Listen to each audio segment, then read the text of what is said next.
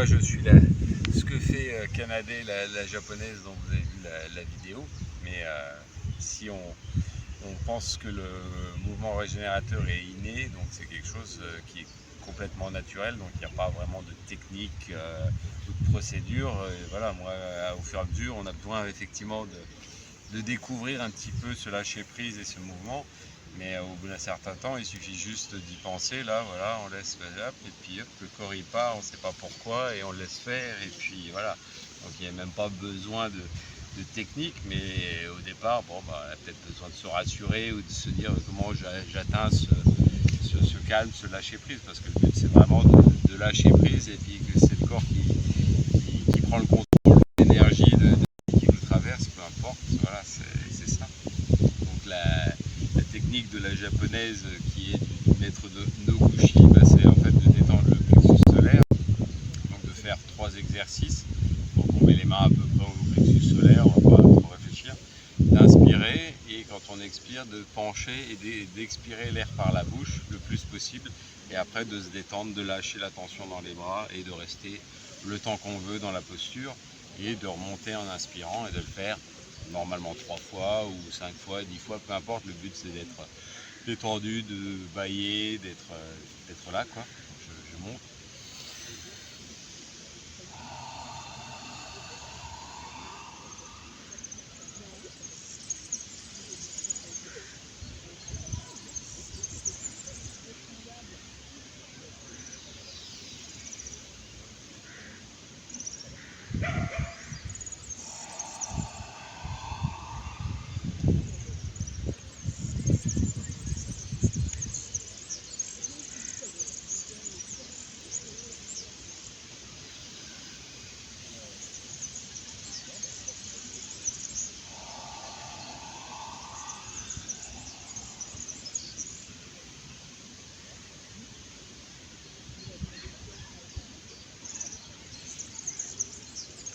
C'est le premier mouvement pour détendre le plexus solaire.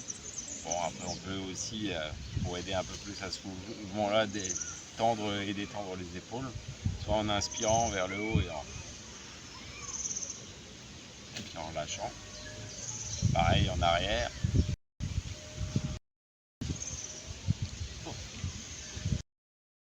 Ou juste en haut. Voilà, ça détend. On peut le faire même avant le premier exercice si on veut avoir un peu plus d'amplitude. L'exercice, bah, c'est d'aller de rester dans la position là. Bon, si la position d'être assis sur ses chevilles à la japonaise n'est pas confortable, vous asseyez en tailleur, peu importe. L'essentiel c'est d'être confortable, pas d'avoir j'ai des crampes ou d'être bloqué, j'ai une douleur qui fait que on sort de l'exercice. Donc voilà, le but là c'est de se détendre. Vous voyez, et le deuxième exercice, je conseille de tout faire les yeux fermés. Pour moi, comme ça on ne se met pas de pression, on est dans sa bulle, on se détend. On inspire et on va vers l'arrière en expirant.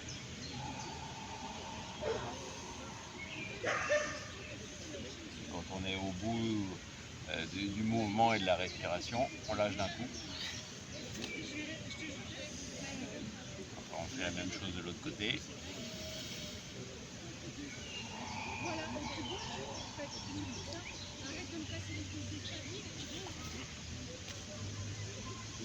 On fait minimum 3 fois.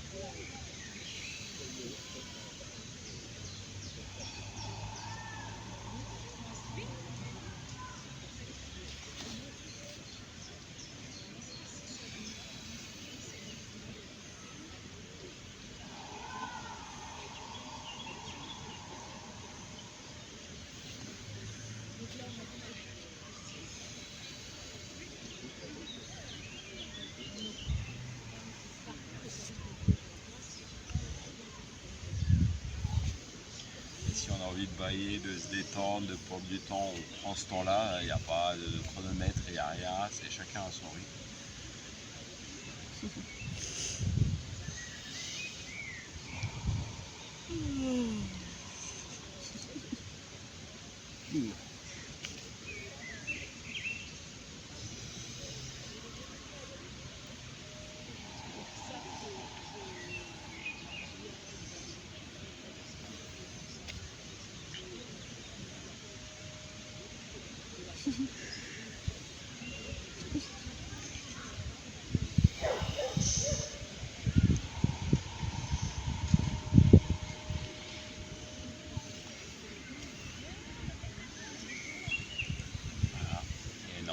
enchaîne sur le troisième exercice qui est l'exercice d'induction. Donc en fait on va inverser un mouvement respiratoire pour faire basculer le mode involontaire, volontaire. Parce que voilà, le mental on est volontaire, on décide, mais il y a plein de choses qui sont involontaires. Le bâillement, la digestion, quand on marche, voilà, on décide de marcher, mais toute la synchronisation des muscles, c'est pas nous qui la gérons. Donc la vie, il y a une grande partie d'involontaire, et là c'est de laisser l'involontaire prendre le dessus, ou ça peut être les forces cosmiques, ou peu importe qu'on l'apporte. Voilà. Et le troisième exercice, normalement quand on inspire, on inspire comme ça, et là on va faire l'inverse, on va le faire sur l'expiration. Donc j'inspire là. Et en plus, on coince les pouces avec les deux doigts.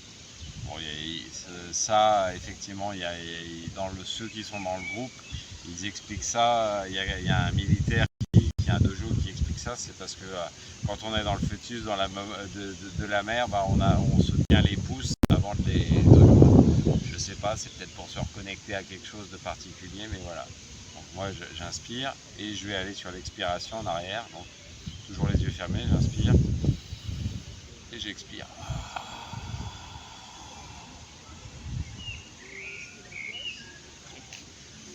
Et là, même si on veut, déjà le corps commence. Et normalement, on le fait pas plus de 3 fois parce qu'on ne veut pas donner au message trop du corps, mais une fois ça peut suffire, 2 fois, 3 fois. Après, si on est confortable avec la posture, on peut rester comme ça et se laisser aller, ce qui est un peu mon cas. Ou alors on a trop mal aux genoux, aux chevilles, moi ce que je fais, je m'allonge, je me déplie les jambes, parce que là, au bout d'un certain temps, je m'allonge, et pareil, je me détends, et puis je laisse faire. Il y a quelque chose qui vient.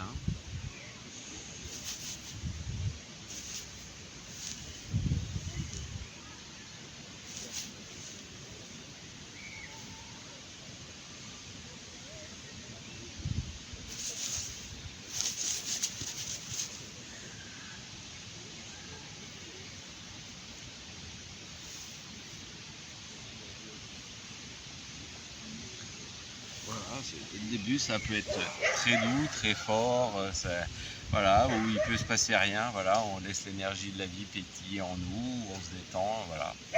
Et moi, après, effectivement, je passe de la position assise, là, je me remets dans la position là, pour en profiter, puis là, c'est pareil, c'est d'autres mouvements qui interviennent, plus fluides en général. Et à la fin de ma séance, je me mets debout.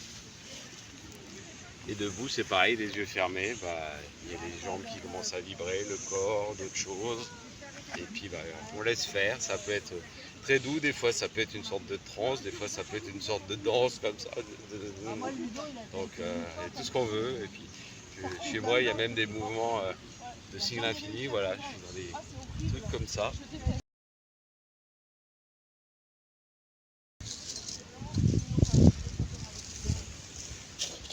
Voilà, mais chaque personne est différente, les mouvements ça dépend de son corps, de ce qu'il a besoin dans l'instant T, donc n'attendez pas à faire les mêmes mouvements, et puis juste le plus important c'est de lâcher le mental et pas de faire confiance, lâcher prise, se détendre et puis de rien attendre. Voilà, l'état du Setai, c'est non vouloir, non faire, non but, donc on est là, on se détend, il se passe quelque chose, c'est bien, s'il se passe pas, il faudra peut-être plusieurs séances, ou ça viendra naturellement, spontanément. Quand on éternue, comme